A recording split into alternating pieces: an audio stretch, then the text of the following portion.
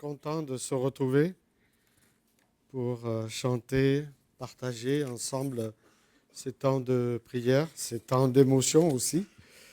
Ce matin, il y a eu quelques émotions, puisque notre frère a fait une chute. Et donc, merci d'avoir pensé à lui dans la prière. Il est âgé, mais il est solide. Hein. Il ne voulait pas retourner, qu'on l'amène aux urgences. Mais voilà, on l'a amené aux urgences. Et donc, merci à ceux qui se sont occupés de lui et qui prennent soin de lui en ce moment. C'est une joie de voir que les jeunes savent prendre soin de leur aîné.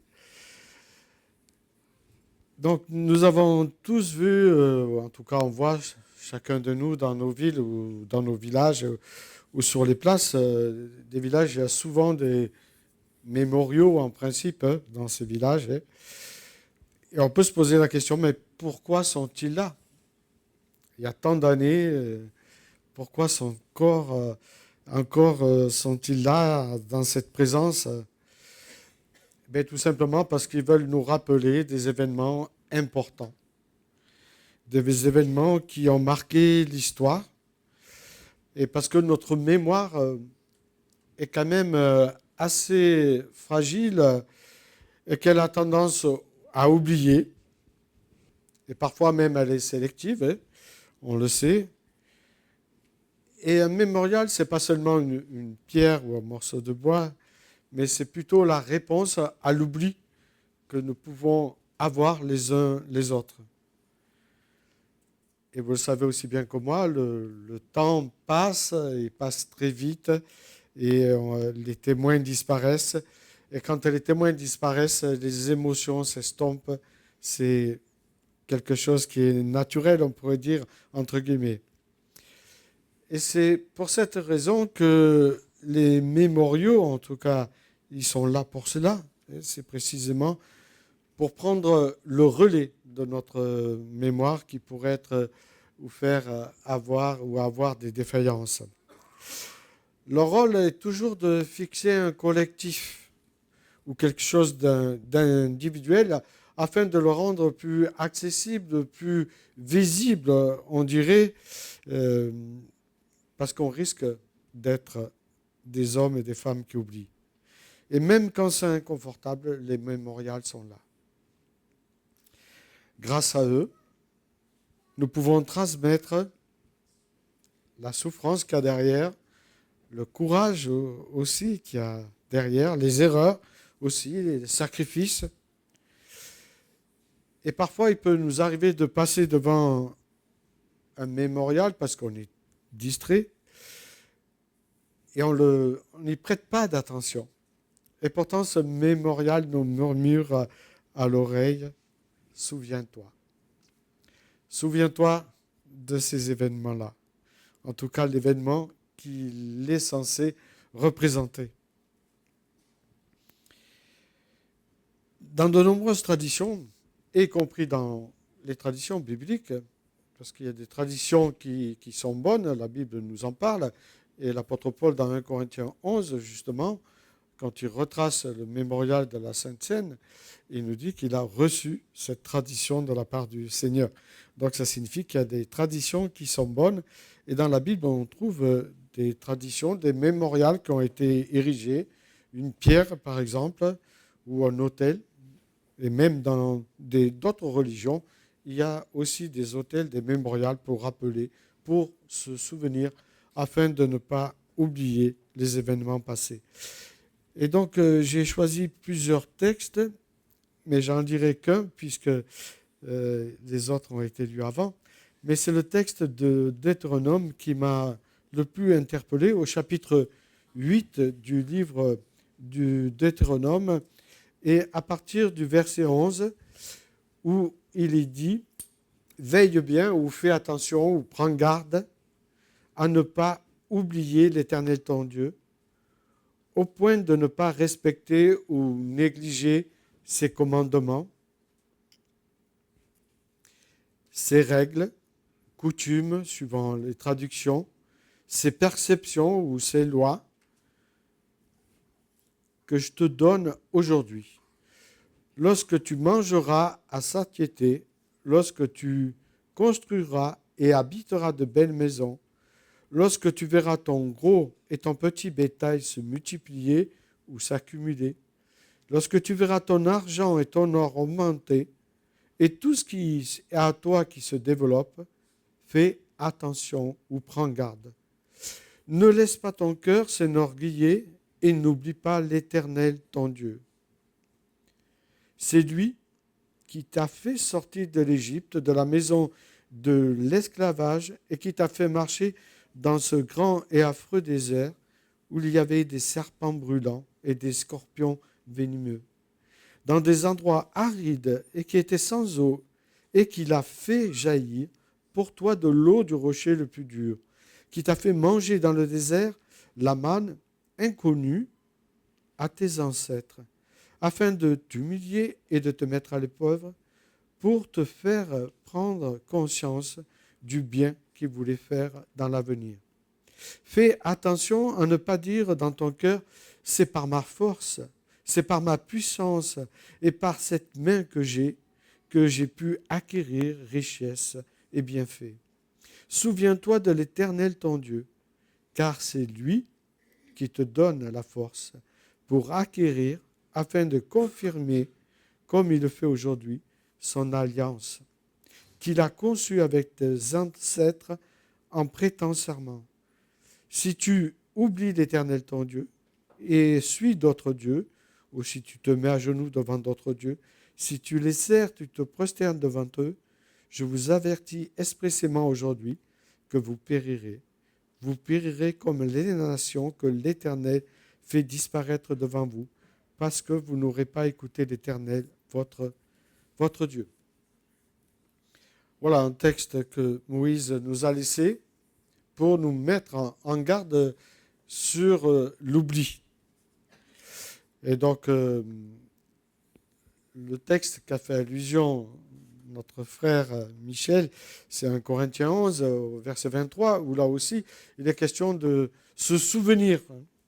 On fait appel à la mémoire. Et dans Ésaïe 49, qui a été cité aussi par notre sœur, il est question de nous montrer que Dieu, lui, n'oublie pas. Il est question même que si une mère oubliait ses enfants, Dieu, lui, n'oublierait pas. Donc, il nous montre la puissance merveilleuse de son amour. Donc, on pourrait dire qu'il y a 3 passages qui sont séparés par plusieurs siècles, mais qui portent toujours le même rappel. Un rappel constant, que ce soit qu'on se plonge dans l'Ancienne Alliance ou dans la Nouvelle Alliance, l'être humain est sans cesse exhorté par Dieu. N'oublie pas, souviens-toi.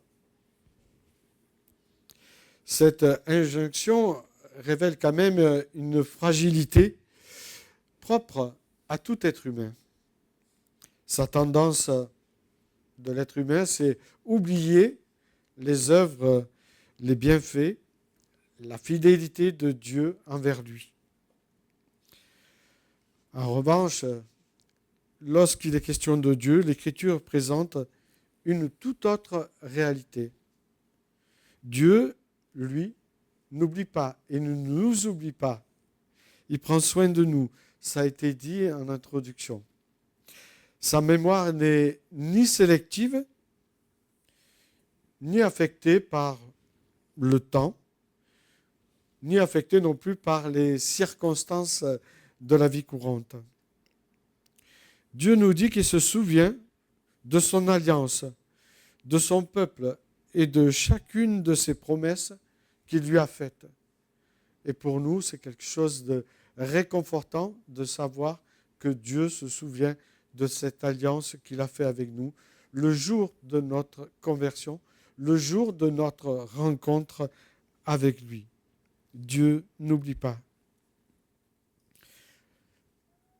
Et nous voyons par contre que l'homme, là où est l'homme, Dieu l'appelle à se remémorer les événements de sa fidélité.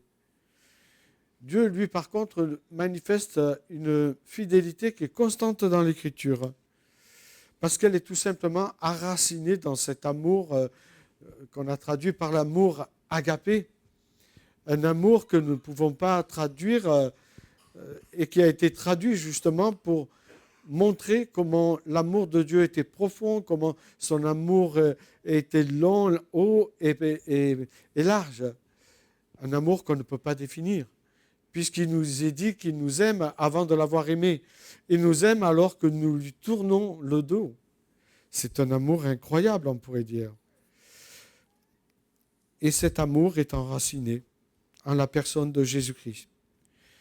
Ainsi, on constate que l'appel divin à la mémoire n'est pas seulement un rappel du passé, mais une invitation à vivre dans la reconnaissance, une invitation à vivre dans une fidélité, dans la foi en la personne du Christ, à l'image de notre Seigneur qui n'oublie pas les siens, quoi qu'il arrive et quoi qu'on fasse, Dieu ne nous oublie pas.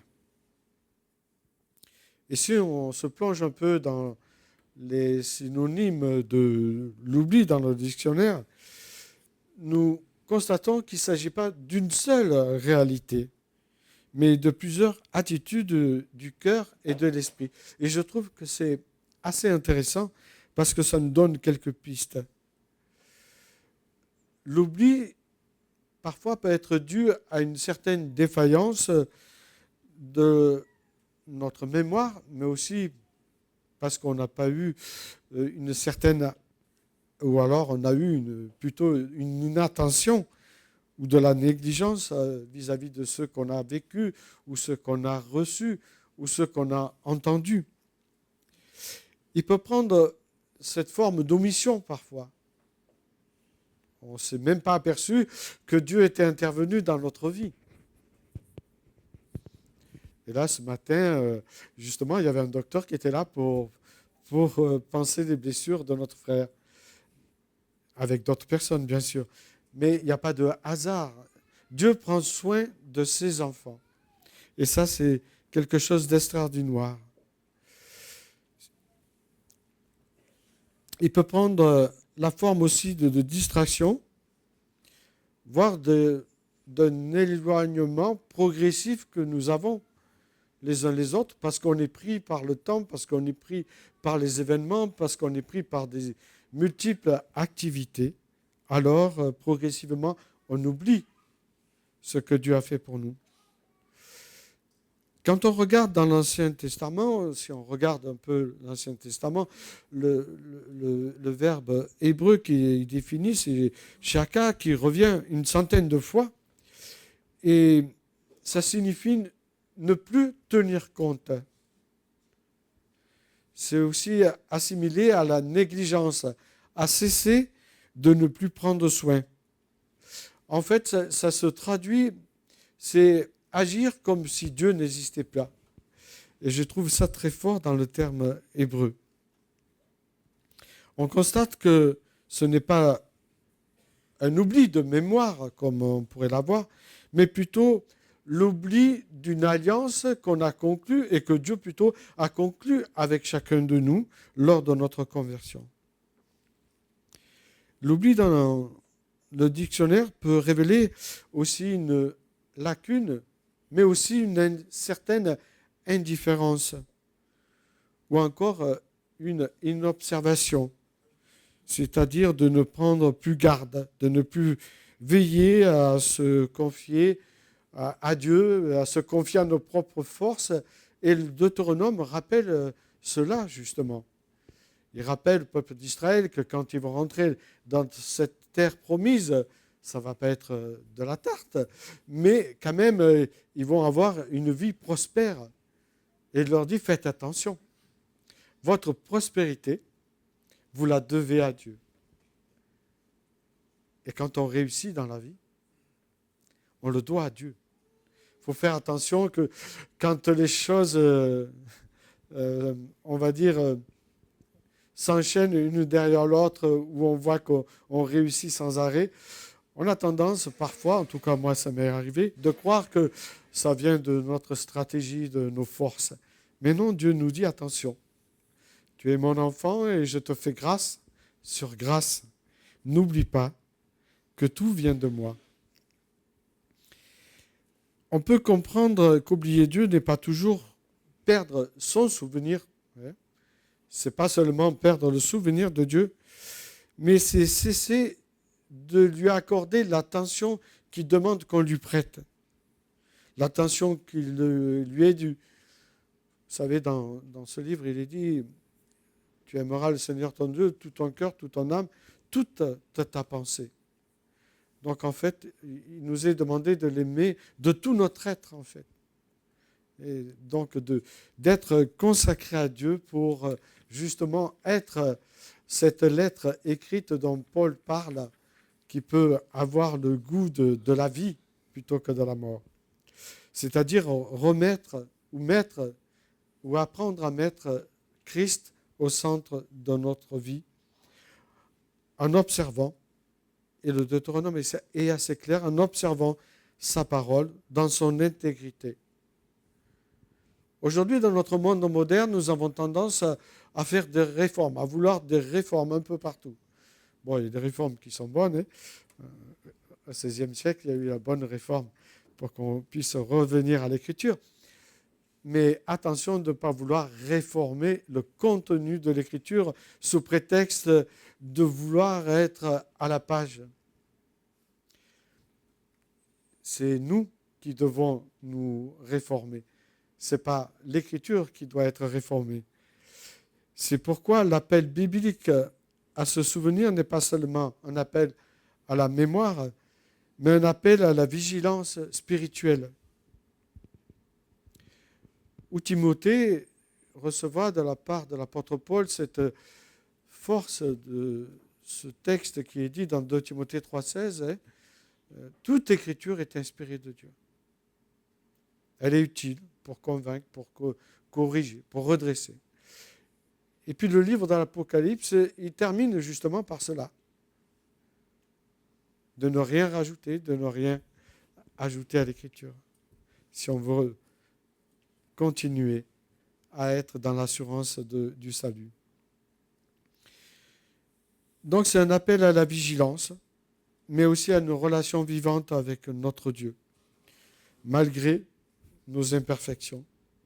Justement pour ne pas sombrer dans l'oubli, Dieu nous invite, je ne sais pas si vous connaissez ce chant de Pat Burney, je ne vais pas demander de le chanter, assurez-vous, Terre étrangère, je crois que c'est son deuxième album, Si je t'oublie Jérusalem. Donc en fait, il fait référence au psaume 137 et à Ésaïe 49. Il joue dans le texte que chante Pat Burney en disant, voilà, pour ne pas oublier, il faut venir à la parole. Pour ne pas oublier, il faut chanter des psaumes. En fait, en gros, c'est ça. Je traduis, mais vous pouvez écouter son premier album, je crois qu'il est libre, donc vous pouvez voir comme il traduit cela en musique, et c'est un très beau chant. Donc voilà, c'est un appel que Dieu nous fait pour ne pas l'oublier, à revenir au texte de l'Écriture, pour ne pas devenir et tomber dans l'ingratitude la plus douloureuse.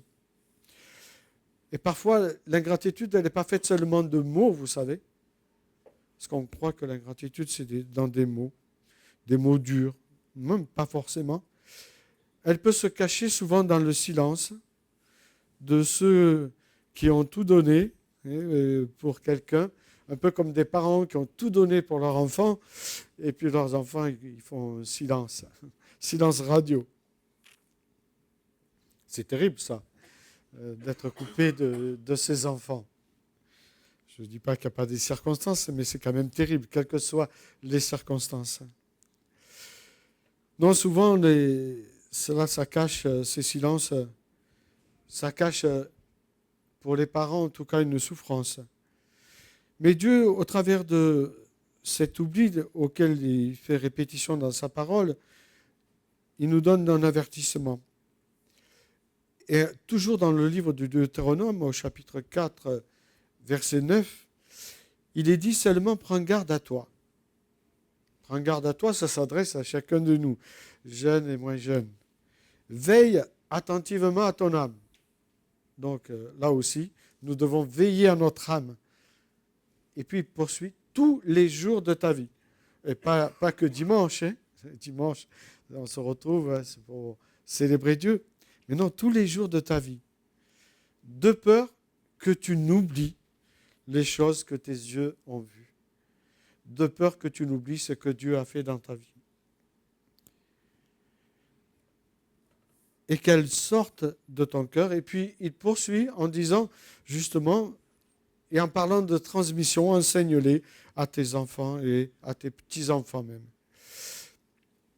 Et quand on examine l'histoire du peuple d'Israël, qui est liée avec notre histoire, incontestablement, on ne peut s'empêcher de s'interroger quand ils sont dans le désert, par exemple.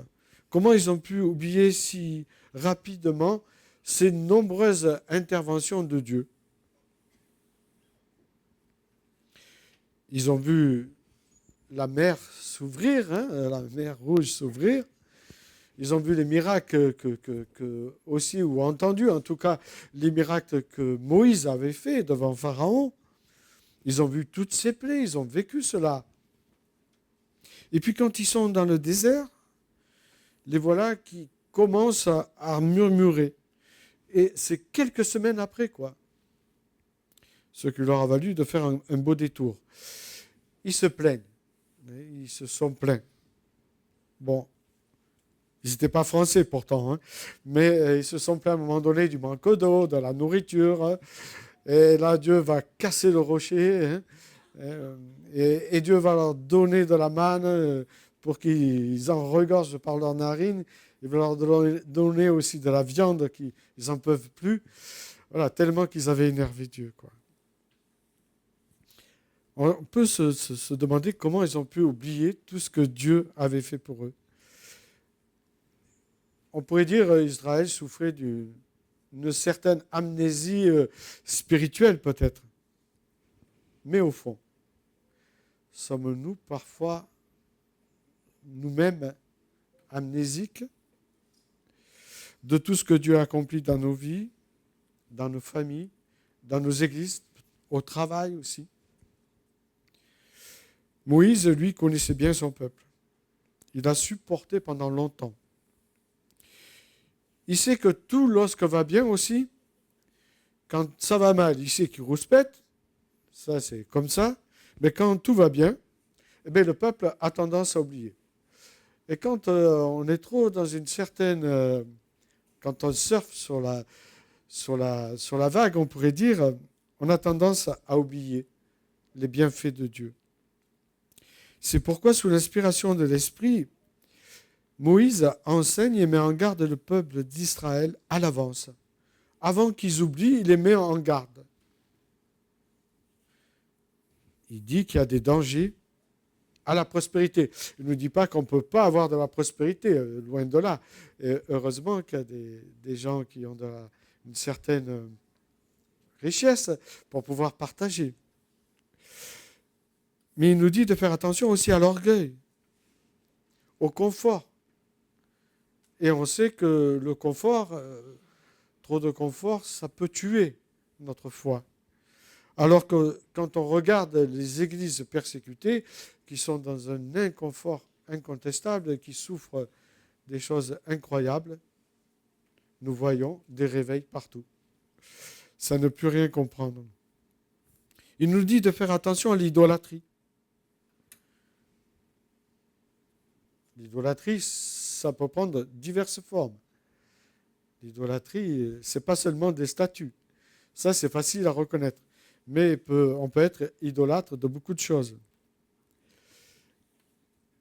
Ça me fait penser à quelque chose, mais je ne le dis pas, parce que ça me concerne moi, donc je n'ai pas... Ah, dis-le. Non, je ne le dis pas. Ça me fait penser à moi. Voilà. Mais peut-être je le dirai à la fin. Aux annonces. Voilà. Donc, et voilà, j'ai perdu le fil. Je ne sais plus où j'en suis. Ouais, voilà, sur l'idolâtrie. Mais je ne le trouve plus, tant pis. Voilà, sur ce confort dans lequel on pourrait tomber, sachant que quand on est bien installé, on a tendance à oublier. Et puis, on a tendance aussi à imiter les peuples voisins. C'est le danger de l'Église, d'imiter les peuples voisins. En voulant être à la mode. Ouais, on va faire un super concert Ça attire du monde. Mais est-ce que ça amène vraiment les gens à rencontrer personnellement le Christ? Des fois, on peut se poser la question. Qu'en est-il de nos vies aujourd'hui? Aussi, on peut se poser la question. Qu'en est-il des églises dans son ensemble? Sommes-nous attentifs à ne pas oublier Dieu lorsque tout va bien? Ou la prospérité et le confort risquent-ils de nous faire perdre de vue la fidélité que Dieu a envers nous? Et c'est pour cela qu'il y a une croix, hein, pour pas qu'on oublie. Hein. C'est pour cela que régulièrement, dimanche après dimanche, nous célébrons ce que nous appelons le mémorial du repas du Seigneur. Une autre raison des mémoriaux, c'est de comprendre qu'ils ne nous enferment pas dans le passé, ou ne parlent pas seulement du passé, ils parlent du présent et de l'avenir. Et la croix est justement là pour nous le rappeler, ce présent, mais cet avenir. Il nous pose la question, qu'est-ce que nous faisons aujourd'hui de ce que nous avons reçu personnellement? Parce que Dieu nous a donné quelque chose à chacun de nous personnellement. Qu'est-ce que nous faisons de ce précieux cadeau que Dieu nous a fait? Est-ce que nous le gardons là, mais même pas à la banque parce qu'on se dit, ah, c'est un crack boursier, ça ne va pas me fonctionner? Ou est-ce que nous le partageons?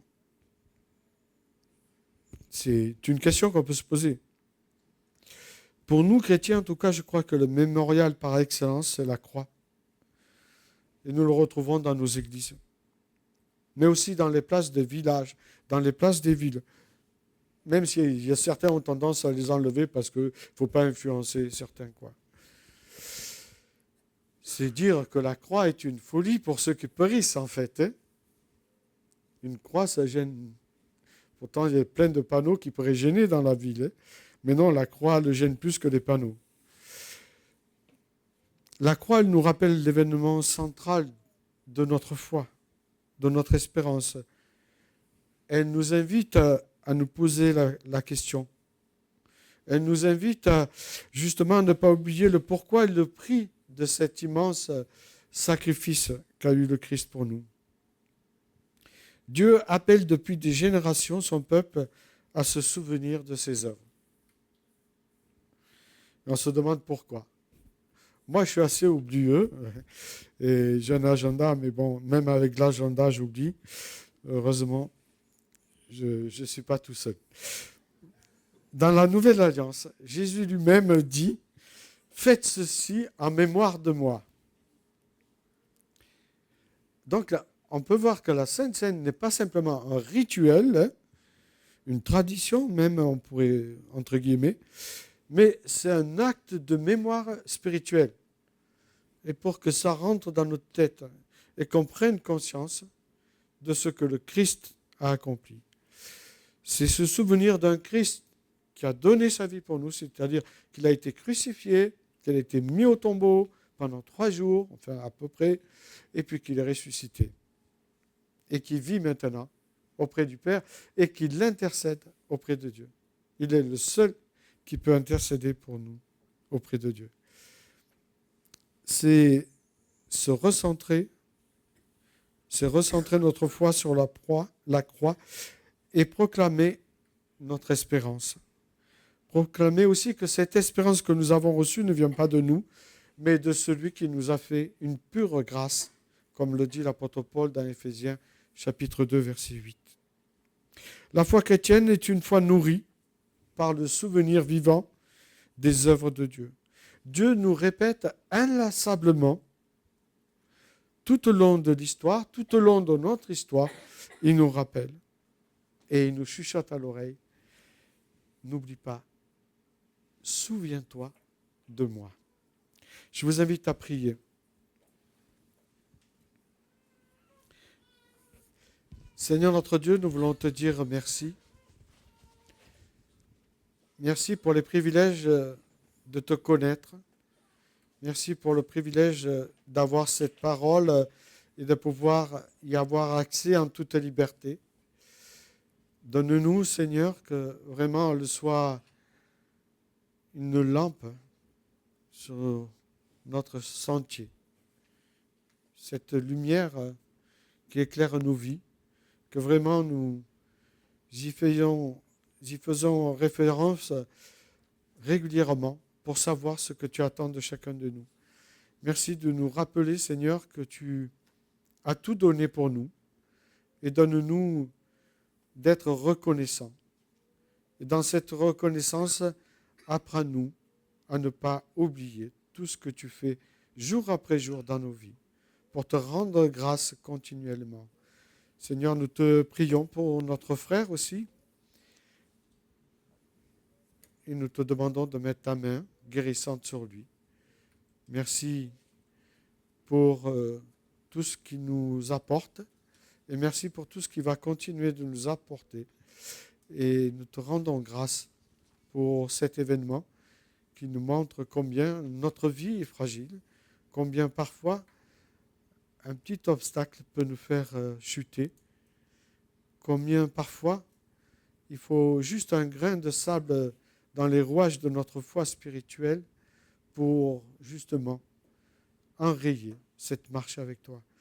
Donne-nous, Seigneur, justement, de mettre de l'huile dans nos rouages pour que, jour après jour, nous sachions nous confier en toi et te rendre reconnaissance comme il se doit.